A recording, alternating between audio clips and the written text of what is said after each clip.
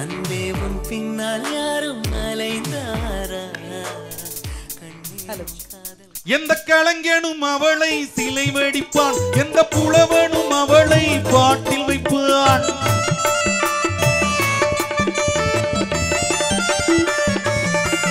எந்த கலைஞனும் அவளை சிலை வடிப்பான், எந்த புலவனும் அவளை பாட்டில் வைப்பான். அந்த இயற்கையும் அவள் மேல் காதல் கொள்ளும், அவள் நினைவாளே என் காலம் செல்லும். பார்த்ததிலே அவள் ஒருத்தியைத்தான் நல்ல அழகி என்பேன், நல்ல அழகி என்பேன். நான் கேட்டதிலே அவள் வார்த்தையைத்தான் ஒரு கவிதை என்பேன், ஒரு கவிதை என்பேன். நான் பார்த்ததிலே திண்டுக்கல் ரசிகரைத்தான் நல்ல ரசிகர் என்பேன், நல்ல ரசிகர் என்பேன். இருடா, இன்னும் யாராவது பாடாந்தா பாடி தொலைஞ்சிருங்க. Love you all. வயல்வெளி காலமா ஆ வாட்ஸ்அப் காலமா? தலைப்பை சொல்லிட்டான் எங்காலு, அவ்வளவுதான் முடிஞ்சு. வயல்வெளி காலமா வாட்ஸ்அப் காலமா? வாட்ஸ்அப் காலமா அப்படின்னு தானே உங்களுடைய தலைப்பு. இப்ப நான் என்ன காலத்தை பத்தி பேச வந்திருக்கேன் அப்படின்றது இருமா. அவர் இப்பதான் ஒரு சென்டர் சுத்தி வருவேன் நானு. அப்படி வருவாரு, எடுத்தோட்டியா சொல்ல முடியும். எடுத்தோட டைரக்டா வரவே கூடாது. பட்டிமன்றமா உனக்கு பேச தெரியல. சுத்தி வளைச்சு வந்து கன்ஃபியூஸ் பண்ணணும். அப்படி ஒரு முடிவுக்கு வருவாரு. ஒரு முடிவுக்கு வரும்போது இவ்வளவு இதா பேசுறானே மக்களை வந்து கன்ஃபியூஸ் பண்ணணும். அப்படி சாணியை கரைச்சு ஊத்துவியா? எங்க ராமரண்ணனுக்கு ஒரு நல்ல கைத்தட்டல் கொடுங்களேன். எனக்காக ஒரே ஒரு கைத்தட்டல், என்னுடைய தலைவனுக்காக. அவ்வளவுதான். நல்லா பேசினாரு அப்படி இல்ல, நல்லா பாடினாரு அப்படி இல்ல, வெறும் 1500 ரூபாய் காசுக்கு ஆசைப்பட்டு, அரிசி மூட்டைக்கு ஆசைப்பட்டு 5 வாட்டி குடும்ப கட்டுப்பாடு பண்ண மனுஷன் இவரெல்லாம். அங்கேருந்து வந்து சலக்கா மொகர கட்டைய பாரு. அவர் ஹேர் ஸ்டைல பாருமா. இல்ல ஹேர் ஸ்டைல் இல்லங்க, அடிக்கிற காத்துல அம்புட்டு நிக்குது. காதல் இது நம்ம குணால் மாதிரி இருக்காப்ல. ஐயா, குணால் செத்து போயிட்டாரு. அவர் உன்னை அப்படிதான் பாராட்டுறாரு. நடுவுல வந்தது கடைசி வரைக்கும் பட்டிமன்றம் வந்த மாதிரியே தெரியல. அது ஏதோ ஒரு ஃப்ளோல பேசி இந்த மறந்துட்டேன் பேசி கைதட்டி வாங்கிட்டு போய் உட்காந்துருச்சு. ஆலை சைசையும் பாரு, வைத்த பாரு, நாளைக்கு டெலிவரி ஆகுற மாதிரி உட்காந்துக்கிட்டு நீ எல்லாம் பழசு. ஐயா, நான் ஒரு விஷயம் சொல்றேன். இவர் இந்த சென்னையில இருந்து நான் ஃபிளைட்ல போனேன்னு உருகி சொன்னார்ல, அம்புட்டும் போய் விஜய் டிவில ஃபிளைட்டுக்கு காசு வாங்கிட்டு வெங்காய லாரியில ஏறி போறவே ராமர். அது தெரியாது உங்களுக்கு எல்லாம். ஐயா ராமரையா, உண்மை அது இல்ல. அவளும் சும்மா அவதூறு பரப்புறாங்க. ஒரு தூரம் நாங்க பரப்பல. வயல்வெளி காலத்துல இவர் வந்து பேசுறாரு, அன்னைக்கெல்லாம் நாங்க வேட்டி கட்டி வந்தோம், நீங்களும் கட்டி வந்து தொலைக்க வேண்டியதானே. அங்க பாரு உட்கார்ந்துருக்க பூரா பேண்ட் சட்டை. ஐயா, உலகத்துல இந்த கலர்ல சட்டை போட்டு நான் எவனையும் பார்த்தது இல்ல. இப்ப வேளாங்கண்ணிக்கு நடந்து போறவங்களுக்கு பேக்ல பின்னாடி காவல்துறை நண்பர்கள் ஒட்டுறாங்கல்ல, அந்த கலர். அதெல்லாம் ரோட்ல யாரும் அடிச்சிடக்கூடாது. நீ வந்தினா அவனே செத்து போயிருவான். இப்படி ஒரு கலர் எதுக்கு? ரிஃப்ளெக்டர் ஸ்டிக்கர் இது. ஆனா அந்த ஊர்கள்ல அந்த கிளவி இருக்குல்லங்கய்யா, நான் இதெல்லாம் எனக்கு நடந்தது. நம்ம ஊர்ல அதை அறந்தாங்களா, நான் என்ன கலர் ட்ரெஸ் போட்டாலும் எங்க தெருவுல 4 கிளவி இருக்கு. அதெல்லாம் செத்து போச்சுல, நான் கொண்டிருப்பேன்.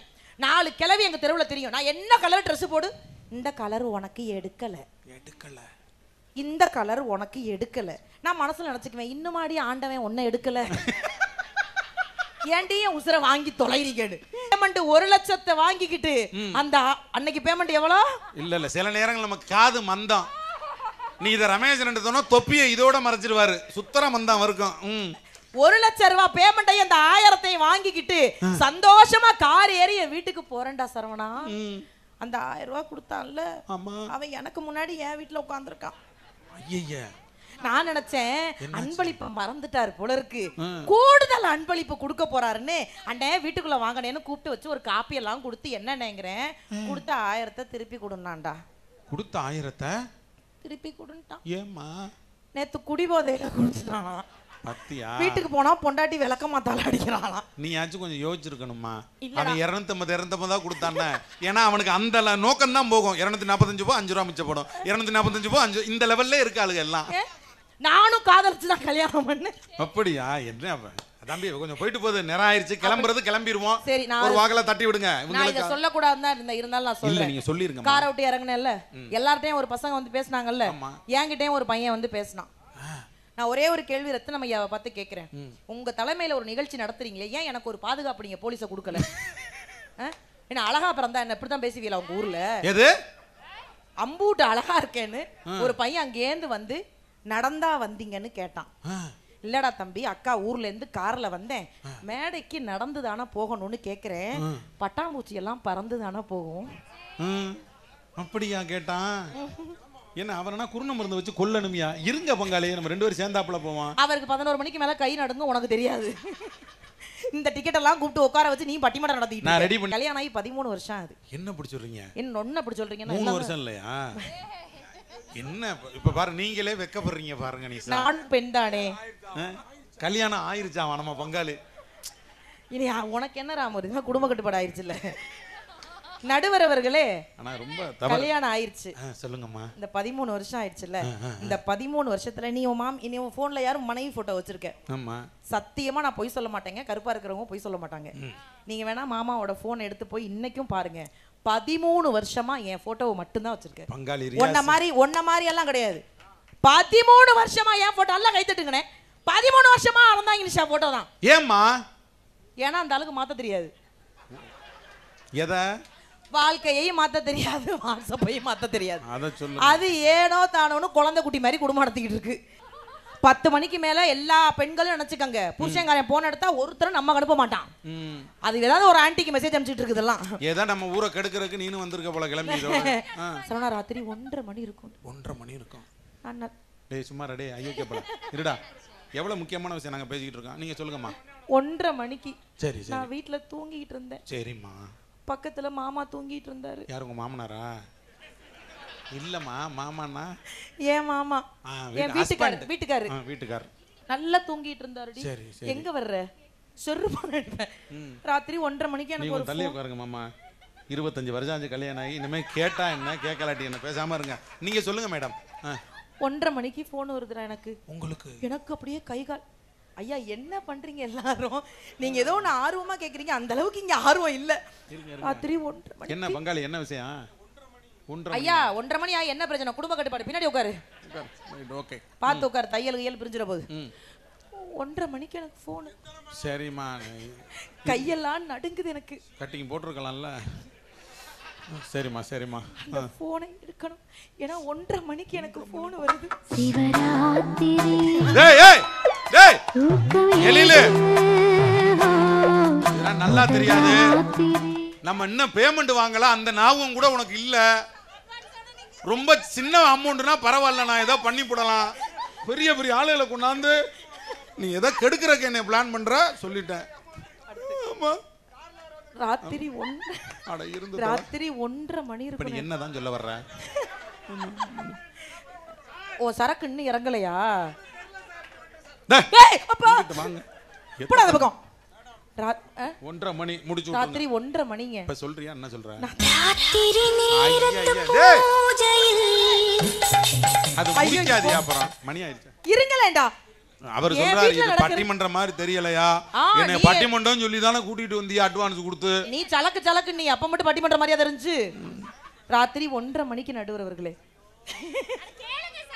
கேட்டுக்கு தானமா இருக்கேன், இதை விட என்னதான் பண்றது? போன் வந்தோடனே எனக்கு கைகாலெல்லாம் பதறிடுச்சு. ஏன்னா அவர் வேற நான் அழகா இருக்கேன்னு பயப்படுவார்ல. ஆமாம்மா.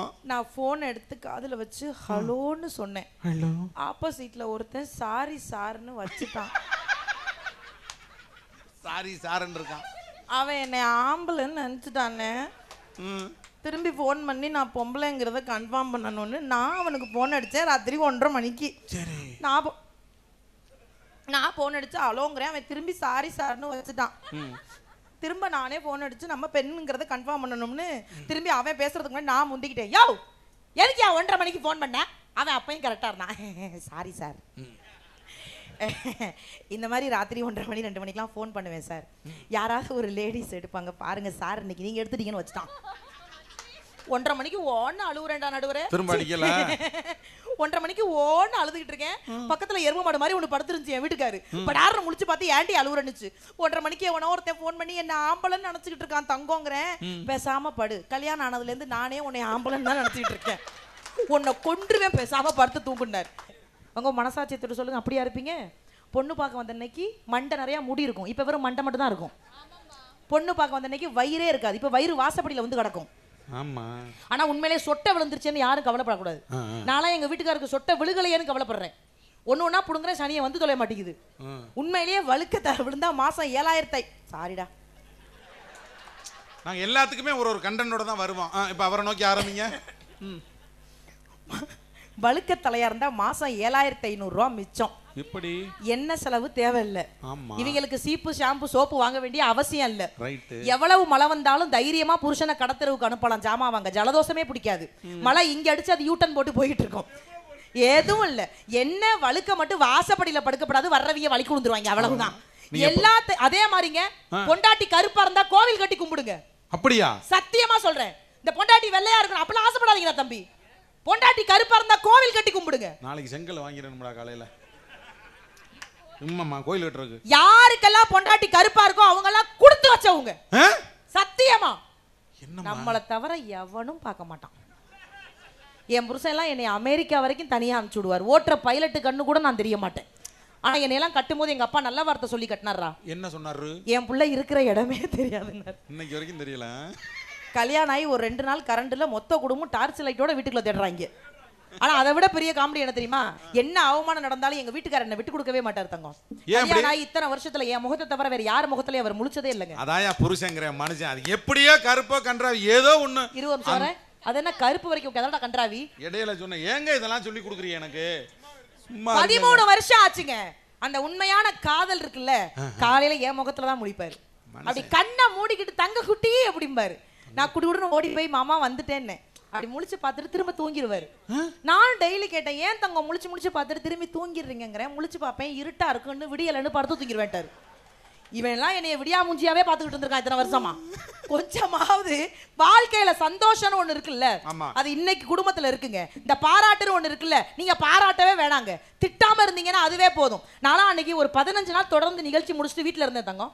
நானும் மாமாவும் அன்னைக்கு பேசிக்கிட்டு இருந்தோம். 2 பேரும் நீங்க எல்லாம் எதிர்பார்க்கிற மாதிரி இருந்தாலும் ஒன்னும் பேச மாட்டாராம். அது ஒரு குழந்தைடா. நாங்க 2 பேரும் பேசிக்கிட்டு இருந்தோங்க. திடீர்னு அவர் சொன்னாரு, த்ரோட் பெயினா இருக்கு, எனக்கு ஒரு மஞ்சத்தூள் போட்டு பால் எடுத்துட்டு வாடினாரு. Throat pain. நான் குடுகுடுன்னு ஓடி போய் பால் ஆத்துனேங்க. எனக்கு கொஞ்சம் அந்த பதற்றத்துல உள்ள கடந்த ஈய பார்க்காம கொண்டு வந்து கொடுத்துட்டேன். ஒருவேளை உன் பொண்டாட்டி கொடுத்திருந்தா நீ என்ன பண்ணிருப்ப? நானா பிடிச்சி மூஞ்சில ஊத்திருப்பேன். நீ எல்லாம் ஒரு புருஷன். நான் கோவம் ஒரு எனக்கு உன் புருஷன் மாதிரியானா? இல்ல அன்பா இருக்க முடியுமா? எங்க நீங்க சொரணையில ஏதாவது சொல்லிட்டு போயிருவீங்க, அது எக்கு தப்பா பேசிவிடும். நான் கொண்டு போய் அந்த பாலை குடுக்குறேன், அதுக்குள்ள ஒரு ஈ கிடக்கு. எனக்கு பதறிட்டேன், அடிச்சு கிடிச்சு போடுவாரோ. ஆனா அந்த மனுஷன் அந்த பாலையும் பார்த்தாரு, என்னையும் பார்த்தாரு.